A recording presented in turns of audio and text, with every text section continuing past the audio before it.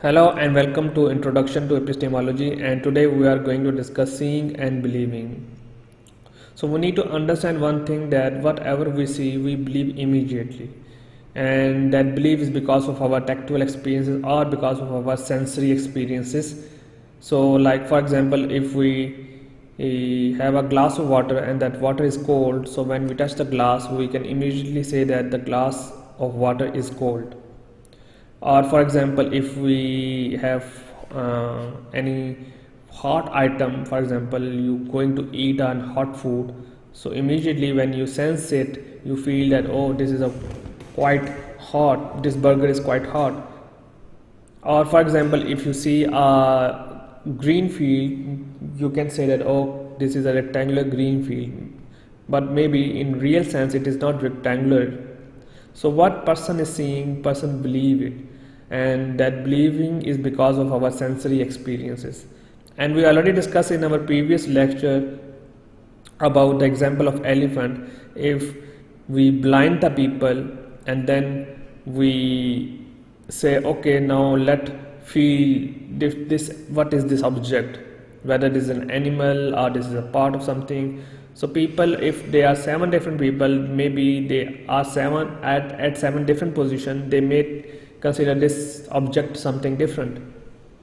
So that is why it is very important to understand that there is a strong relationship between seeing and believing, and in this lecture we will discuss how they are strongly correlated. Let's take an example of this picture, and everybody know about the process of refraction in physics, which is a process, it is defined as change in direction of a wave passing from one medium to another from a gradual change in the medium. And reflection of light, which is a most commonly observed phenomena, especially in water waves. When you put any stick, or in this case a pencil, you see the stick or pencil is bent. So it is because of the wave passing from one medium, which is obviously the air, and then the other medium, which is water, and then change of that light direction result in different visual. So you can see that, what we see, the question that I asked, that must believe grounded in seeing to be true. So we cannot ever always be factual in saying that, okay, what we see is actually we believe. Sometimes the truth is different. So that is a good example to understand perceptually embedded belief, and that is that talking about the reality of the perception and the reality of seeing and believing. If we take a look of another example, especially when we talk about perception as a source of potential belief, like this is an example of a heavy snow, or that snow is striking the car windows. So what happened actually, what happened that you may be inside at your home, and what happened after some time, you saw there is a strong big hole in your car windscreen, and you are not aware of that there is a hail, maybe 30 minutes or 40 minutes before, and then after then the hail is get melted. So maybe someone can believe that, oh, there is maybe a nearby golf course and someone hit the ball, and then my windscreen broken because of that golf ball, which maybe it is because of the perception, because of the size of the hole. Or in other case, if a person know that there is a hail going outside, then they may be, if person plainly see the ball and then go outside and then make a perception about that golf ball and the hail, and then they can say that, okay, that hail is just look like a golf size ball. So that's then the person making a perception about the hail, their character of the hail, their size and shape of the hail. Because of their size and shape, they can call it as the hail is perceived like a golf size ball. So that is explain how can we perceive the things. Now the next slide is talking about the difference between perceptual and perceptible, and I am going to explain this paragraph in simple words. Suppose there is a conversation going on and a bird fly nearby between that conversation, and for example I am talking with my students. I give you a simple example, and I have not saw that bird is flying, and my students maybe they can call, oh, we can see a blue bird flying. But what happened that I was so engaged in teaching to my students that I did not notice it. So when we talk about perceptual, we need to understand that perceptual is always involving the experience with the senses, which could be visual obviously. So but in this case, because I was so busy or engaged in conversation with my students that I did not notice that there is a bird, because I have not seen that bird. But still when the students said, okay, there is a blue bird, so I still say yes, even I have not saw that bird at that time. So that's how we can explain the difference between perceptual and perceptible. So when we're talking about perceptual, we're talking about aware of something through the senses. So in the case of in the bird flying, I have not used my senses or visual senses to see the bird. So but still the blue bird is perceptible because change of the environment. Because when we talk about perceptible is meaning is defined as the ability of the thing that can be seen or noticed.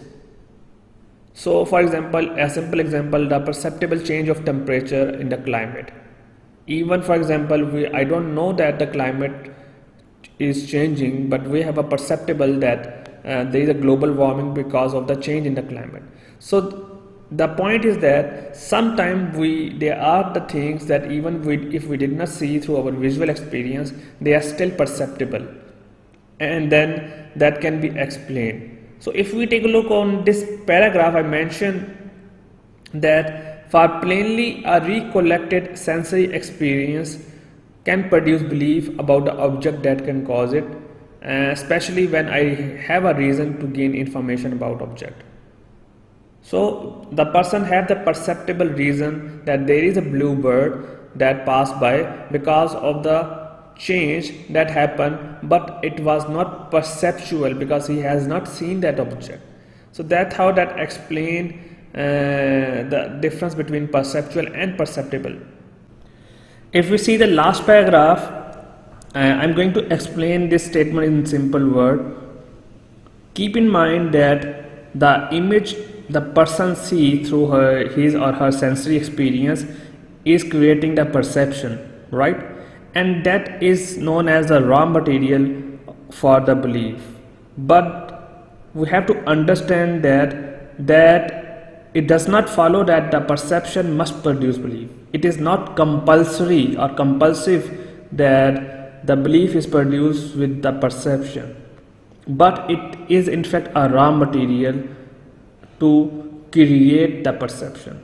So that's a difference between a real perception or a part or piece of perception. So now we can easily understand in our next slide about when we are able to produce the belief. So if keep in mind the previous example and now understand that statement, keep in mind that when we genuinely see the object, then it produces the belief, rather than if you are busy or people are busy or I am busy in my teaching or discussion with my students, at that time that perception is not genuine and it may not produce the belief because it is a perceptible but not a perceptual. So that's why when a person genuinely see the things, then it produces the belief. But the question is that will perception will guide our behavior? So the answer is yes, and the process is defined as conformity, which is a type of social influence involving a change in belief or behavior in order to fit in the group.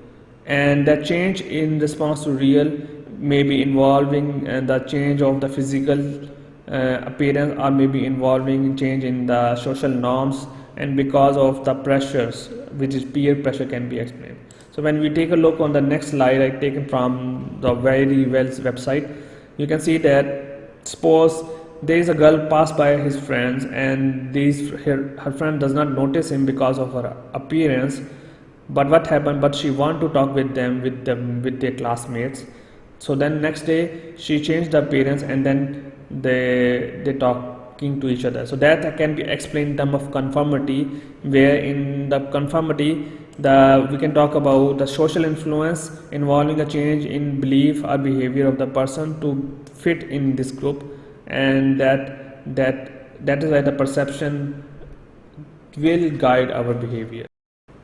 So if we see in the next slide, when we talk about this example, like if I was talking with my friend and there is a wooden plank or wooden tree in my pathway, will I able to surpass it? So this answer is varies. If I ask this question in the classroom, some people say that okay, I am perceptible for the changes that is there, and I may be surpass it, and I will be, and maybe some people say that we are more conscious with our mind, and then we will avoid it. But if we talk about in real sense, both are possible. If you are going and there is some hurdle in your distance, in your pathway, if you are aware of the surrounding, if it is perceptual, then obviously you will not be hurt by that wood plank or tree. If it is perceptible, it depend upon if it is perceptible, whether it is observable or not observable. If it is not observable, maybe you unable to surpass it, but if it is observable, maybe you still able to avoid it. So it depend upon person perceptions, person perceptual or perceptible, and it depend upon the individual observation of that tree. So another example, like for example, I put this statement like seeing is virtually believing, or at least potential believing, and I give you example of this bird. And if you take a look of these birds, they are black in nature, they are black in color, and they have a black and white appearance as well. So maybe if for example in the evening a person is talking with his friend, and that friend say, oh look, this bird, this look like an ash color bird. So if the bird is far from your side, maybe you also believe that okay, that is a bird, but that color is ash, like because ash is black in color. So when you see something, you at least believe of the thing that is there. So maybe you may metaphorically say that that bird is look like a ash. So obviously in practical it is not possible that ash is flying. So it's because of the color that you're talking. But maybe if the bird come closer to your side, you see it's black, white, and then other colors as well. So that is why we can say that seeing is virtually believing or least potential believing. So thank you so much for today's lecture. We will discuss more in detail about perception and theories of perception in our upcoming lectures. Thank you.